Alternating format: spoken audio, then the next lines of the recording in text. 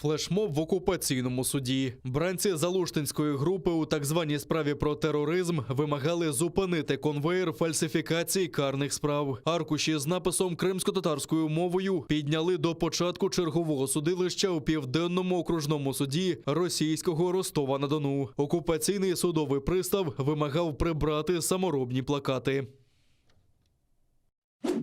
Окупанти намагаються підкорити кримсько-татарський народ, але як і століття до цього в них нічого не вийде. Такими словами до народу звернулися учасники національного руху з Бельбекської долини, Лугового, Новокленово та Зуї. Кажуть, методи окупаційних ФСБівців не відрізняються від їх попередників з НКВС. Влаштовують вранішні облави, викрадають кримських татар, намагаючись зробити їх покірними окупаційній владі.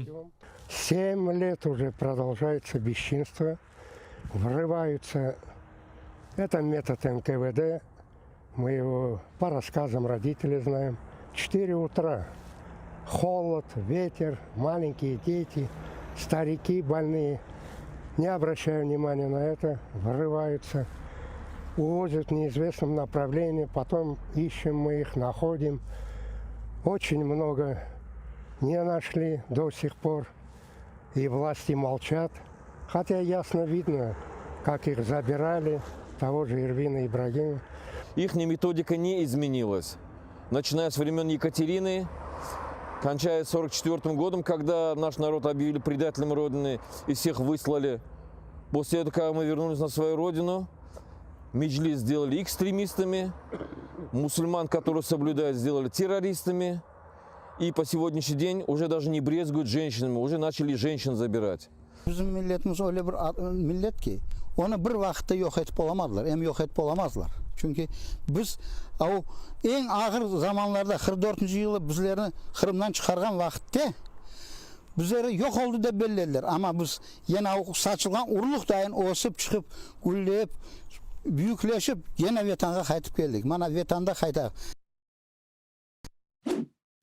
Окупаційна прокуратура Криму вперше винесла попередження за виступи учасників кримсько-татарського національного руху. У відеозверненнях з усього півострова вони обурюються репресіями проти кримських татар та відкрито говорять про беззаконня окупаційної влади, несправедливість та залякування. Окупаційна прокуратура Нижньогірського району зацікавилася такими висловлюваннями і навідалася до місцевого учасника національного руху Ахмаджона Кадирова. Кажуть, що такі виступи формують погане ставлення до окупаційних силовиків та пригрозили наслідками за екстремізм.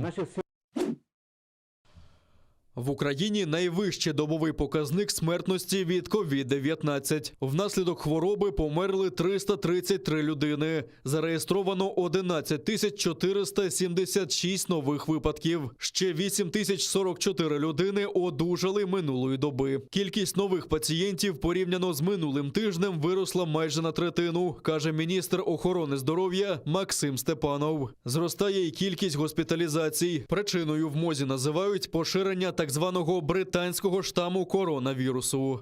Цей штам вірусу більш агресивний, вражає молодих людей, він більш контагіозен, тобто швидше передається і викликає тяжкий перебіг хвороби. З цим в першу чергу пов'язана і кількість госпіталізацій, яка значно зросла під час третьої хвилі пандемії. А в окупованому Криму 88 нових випадків COVID-19. Ще 8 людей померли внаслідок хвороби, звітує окупаційна влада. Окупанти накрили артилерією українські позиції на околицях Пісків біля Донецька. Там гатили з мінометів 120-го та 82-го калібру. Поблизу Богданівки та Водяного, що на Приазов'ї, ворог бив з гранатометів різних систем, а в районі селища Тарамчук – із великокаліберних кулеметів. Обійшлося без утрат в лавах об'єднаних сил, а на ворожі обстріли відповідали вогнем. Порушення із застосуванням зброї супроводжувалось відверто сфабрикованими звинуваченнями в інформаційному просторі. Зокрема, щодо відкриття з боку підрозділів Збройних сил України снайперського вогню. Фейкові новини інтенсивно тиражувалися у так званих ЗМІ ОРДЛО.